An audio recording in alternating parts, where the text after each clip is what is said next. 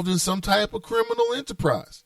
If that's the case, then when you do that, you got to understand that you could potentially be putting the people around you, right, in harm's way. Your children might be in harm's way because when someone comes to get you, you don't give a damn who you're standing next to. All of y'all can go. Him, you, her, she can too. Granny, you can get some too. So it's just something to be very, very mindful of. Very, very sad in the city of Cincinnati. Now, how do you stop that?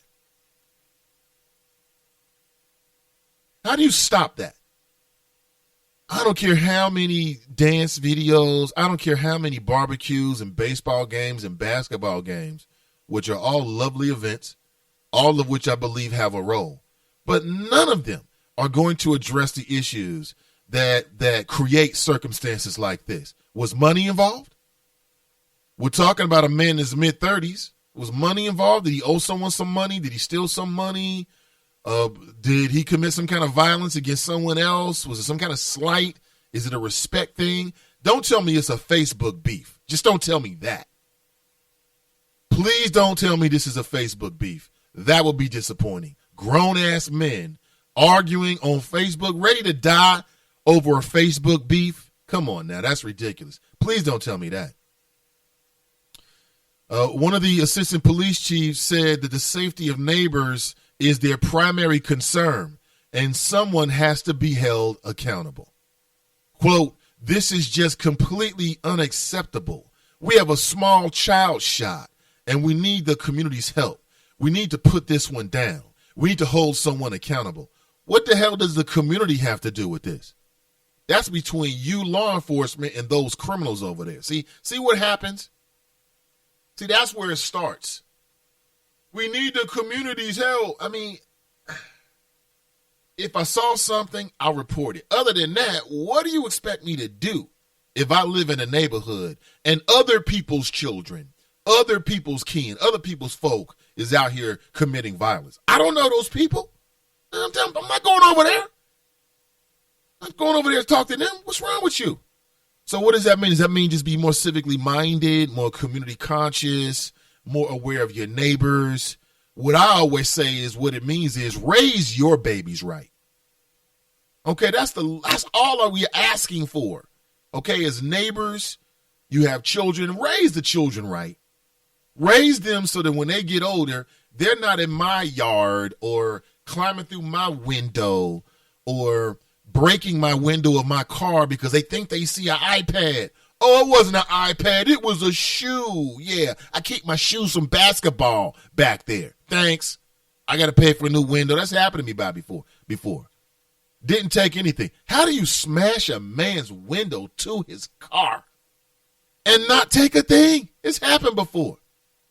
It was mistaken identity. Oh, I think I see an iPad. Oh, we about to hit a lick. Break the window. You get in there in some pair of old Jordans.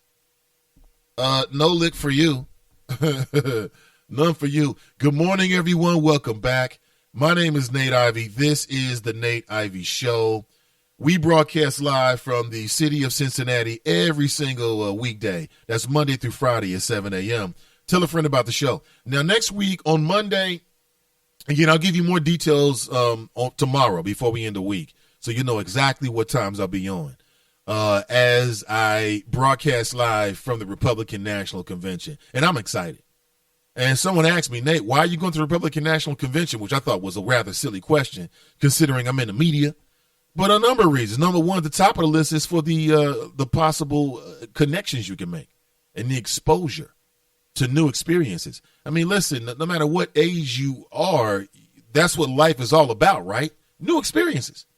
So after next week, hopefully I'll be able to say that not only have I attended a Republican National Convention, but I did so as a member of the press and rocked the mic while I was there. If I can get people on the show, I will. I'll just grab folks. I'm very personable, and I won't grab them physically, but, and bring them to you, bring them back to the microphone. But I'm looking forward to it. Maybe I'll meet some new people, my brothers, my brethren in the media. And I'm going to stop by and say what's up to LeBron and Savannah and the kids. They want me to stop by and say hello. I'm going to stop over at LeBron's mansion up in Akron and say what's up to my in-laws, of course. And then I'm back. I'll be back with you because here in the city of Cincinnati, we have the NAACP convention, and I have to be there. Nate Ivey, this is the Nathan Ivey Show, powered by the good folks at Superlative Media. My name is Meera Batra. I have been in this country 32 years, and this is how I live united. America has always been the land of promise, and in my community, many families have come for a better life. Coming from another culture myself, I know the desire to become part of a community, to feel at home, and to gain the tools for our children and families to succeed. So I advocate for these families with United Way. United Way empowers them to look beyond their histories and to see what opportunities are available. We help them get involved with their kids' schools, network within the community, and when we do, we unite them. We make the community stronger. What I do is something I wish someone had done for me, and I am so grateful I am able to. My name is Meera Batra. I help families see opportunities and succeed. I don't just wear the shirt, I live it. Give, advocate, volunteer, Live United. Go to liveunited.org. Brought to you by United Way and the Ad Council. Ready, go! This is Nnamdi Asamoah. I play football for the Philadelphia Eagles, but what I do off the field with United Way might be more important. I'm a volunteer tutor and mentor. Why? Because over 1 million kids a year drop out of school, and that's not okay. It takes 12 years to create a graduate, but it takes about the same time to create a dropout. And the difference between a child becoming one or the other could be me, or it could be you. Studies show that if we get to these kids earlier, their chances are better, and kids who read well by 3rd grade are more likely to graduate. So join me in United Way. Suit up and take the pledge. Become a volunteer reader, tutor, or mentor. Because when a child succeeds, we all succeed. Give, advocate, volunteer, live united. Take the pledge at unitedway.org. Brought to you by United Way, the Ad Council, and the National Football League. Now back to the show.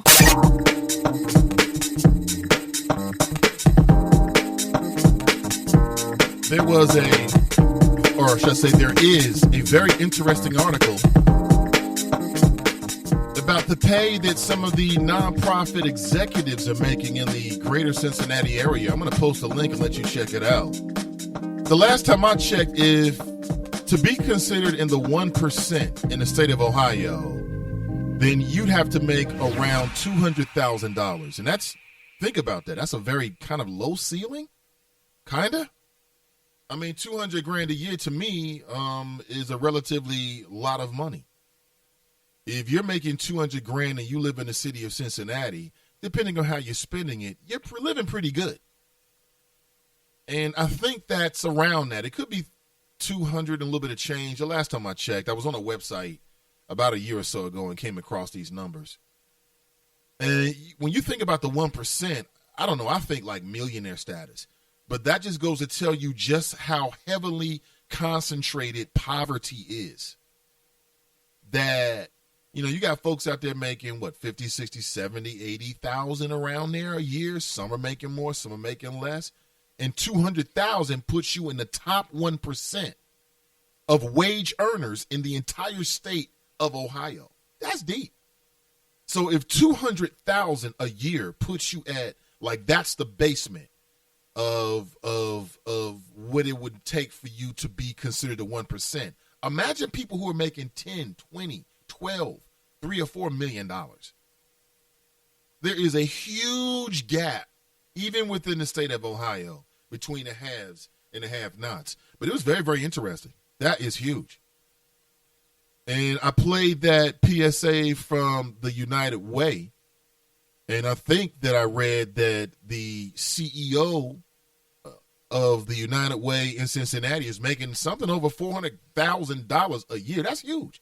And I'm sure he has a lot of difficulties and duties and responsibilities. I'm not trying to make the argument that these individuals should not be getting paid, what they're getting paid. I'm just saying, wow, it's amazing. The huge, gaps of wealth, the huge income disparity in this country.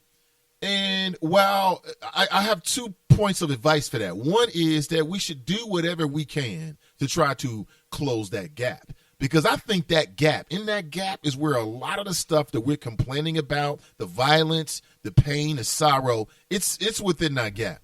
But then secondly, well, try to put yourself on the right side of that. You know what I'm saying? That's all I can say to you, straight up. Good morning, welcome back. Currently 7:28 a.m. in the Queen City.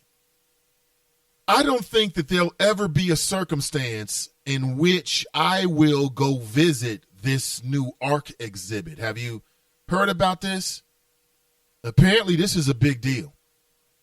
And it's called the Ark Encounter. It's a Christian theme park that opened in Grant County, Kentucky. And it opened, I believe it opened just last week. And the centerpiece of the park is a full-scale model of Noah's Ark, 510 feet long, 85 feet wide, and 81 feet high, a full-scale model. Now, full-scale model implies that they know exactly the dimensions of the ark that's been mentioned in the Bible. And I'm no Bible historian, but I don't remember that being in the Bible. And if so, then preachers and pastors and other folks, they never really focus on that. How do you know how big the ark really was? If there really was an ark. If there really was an ark. So you really believe that Noah created this ark. And then all of the animals, all the insects, all the animals, okay, minus those that live under the water, lived peacefully. They all just fell asleep. I'm watching cable many years ago, and I hate when this happens. There are some movies that I've just sworn I'm not going to watch. I ain't watching that nonsense because it's programming. I'm watching this. And when I saw this movie, I think it was called Noah. And it's got an actor in it who does a lot of action movies, white dude. And I'm like, what in the hell? How do you know these things? There's monsters. I didn't know about any monsters. I guarantee you, Russell Crowe's in the movie. I'm like, what in the hell? And then, the other thing that got me is it's the whitewashing of the Bible. And this movie came out in 2014. And it stars, again, Russell Crowe and nothing but white people. It's no black people in the entire movie. And I'm like, come on now. So I wake up to this nonsense, and I'm just too damn tired to get up, or too lazy or whatever, too sleepy. And so about 30 minutes of this nonsense, I ended up watching. But why is this so important to people who are religious? The Ark Encounter. Number one, you have no idea what the real dimensions of the ark really were. You have no idea. And have you ever, I'm on their website right now, experienced the life-size Noah's Ark? Ark Encounter is a one-of-a-kind theme attraction the whole family will enjoy, located in Williamstown, Kentucky. I mean, number one, in terms of just like being a pimp about getting that money, I got to give these people just a 5 stars. Because they are pimps about getting that money. And they know that there's a lot of Christian folks that are really weak right now for any sign of God. And it's also smart, the whole family-friendly Christian. That's a huge market. Matter of fact, I was just talking to a dude last night who was telling me that he was going to do something that was sort of Christian themed. And he reiterated what I already knew. He said, man, that's a lot of money in that. It's a lot of money in it. And my thing is, if this is really God's work, why are you charging admission? I mean, if Jesus ever really did come back, if you believe that there was a Jesus, some do, some don't. I'm just opening a door for all folks with all opinions. Do you really think that Jesus is going to prostitute blessings? I mean, if there really was an ark, okay, is Jesus going to charge us for admission just to look at it, just to walk through it? I mean, this is this blasphemous? I don't know. I'm not the one. I'm not qualified. And I tell you, listen, I guarantee you what's next. Somebody is going to build a similar life size to the dimensions in their own head about the ark. But it's going to be something that can actually float, and they're going to turn it into like some kind of cruise.